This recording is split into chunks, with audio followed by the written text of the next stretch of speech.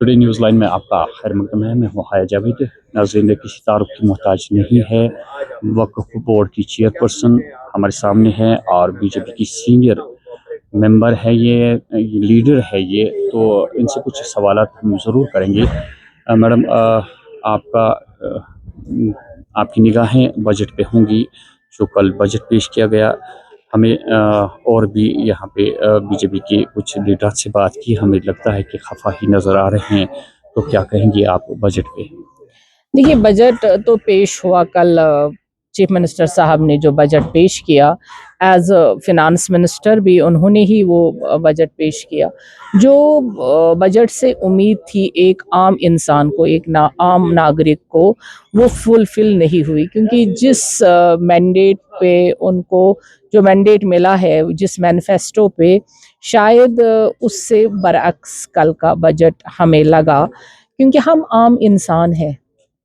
आम इंसान को उम्मीद थी कि जो उन्होंने मैनिफेस्टो में बोला है कि 200 यूनिट्स हम फ्री इलेक्ट्रिसिटी देंगे, हम राशन देंगे, हम पानी मुफ्त देंगे, हम 12 गैस सिलेंडर देंगे, तो शायद कहीं हमें वो नज़र नहीं आया।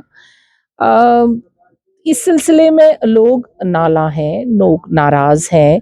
क्योंकि वो कहते हैं अगर इतनी बुलंद बांग आवाज़ें थी इलेक्शन के टाइम पे, वो फिर पहले ही बजट में हमें नज़र क्यों नहीं आ रही हैं। हमारे लीडर ऑफ अपोजिशन ने कल इस पे बात बहुत विस्तार से रखी, लेकिन आम नागरिक होने के नाते एक इंसान बहुत मायूस हो गया कल का बजट देखकर। मैडम, जहाँ एक जानिब से आप भी समझते हैं कि अभी हमारा रियासती दर्जा बहाल नहीं हुआ है, आप ये क्या समझती है कि बहुत हद तक रियासती दर्जा बहाल होने के बाद जहाँ पे नेशनल कॉन्फ्रेंस भी ये दावा कर रही है कि कुछ रुकावटें पैदा हो रही है इसकी वजह से, आप क्या समझते हैं कि रियासती दर्जा क्या बहाल होने से पहले ऐसी रुकावटें हायल हो जाती है, या जानबूझ के इस किस्म की जो बजट है वो पेश की गई? बिल्कुल नहीं, इसमें उसका कोई हाथ ही नहीं है। आपको बजट मिला है यूटी के हिसाब से, दिल्ली भी यूटी है, पुडुचेरी भी यूटी है, हम भी यूटी हैं। जो हमें जो आपने वादे किए हैं, आपने तो यूटी के इलेक्शन में किए ना, आपने स्टेट के इलेक्शन में नहीं किए। आपको मालूम था मैं यूटी का इलेक्शन लड़ रहा हूँ। अगर यूटी के मैनिफेस्टो में आपने रखा है बिजली फ्री देनी है, तो वो तो आपको देनी पड़ेगी, आपको वो पूरा करना पड़ेगा। तो अब तो स्टेट थी नहीं। आप ने 12 सिलेंडर उसी में तो ऐलान किए हैं, तो वो आप देख लीजिए। क्योंकि आपने ऐलान किया अपने लोगों के साथ, तो आप यूटी के ही चीफ मिनिस्टर बने, यूटी में ही आप इलेक्शन लड़ रहे थे, और यूटी में ही आपने वादा किया है। तो वो वादे आपको पूरे करने पड़ेंगे, क्योंकि लोग आपसे सवाल पूछ रहे हैं। मैम, आप भी खुद वादी कश्मीर से वाबस्ता है, आप जानती हैं कि लोगों के मसाइल क्या है, और दूसरी जानिब से मरकज़ी सरकार जो है वो भी बीजेपी की है। तो आपको ये सारी चीज़ें जो है बिल्कुल आपकी निगाहों में होंगी। यहाँ पे 60,000 ऐसे मुलाजमीन हैं जो मुस्तकिल नहीं हुए अभी तक। आप छोड़िए उस यहाँ की नेशनल कॉन्फ्रेंस को एक तरफ छोड़ के, तो आप खुद नहीं समझती है कि कितनी प्रॉब्लम्स है यहाँ? ये 60,000 मुलाजिम भी उस वक्त उस गवर्नमेंट के लगाए हुए हैं, जिन्होंने इनको न रोज़गार पूरा दिया, न घर का रखा, न घाट का रखा।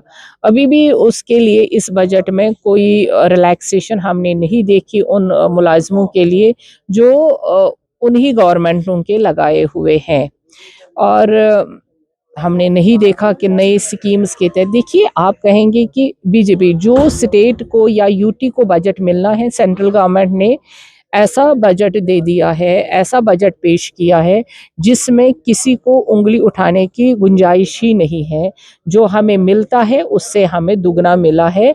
अब आपके हाथ में है कि आप कैसे इसको खर्च करेंगे, आप कैसे अपने लोगों को खुशहाल रखेंगे।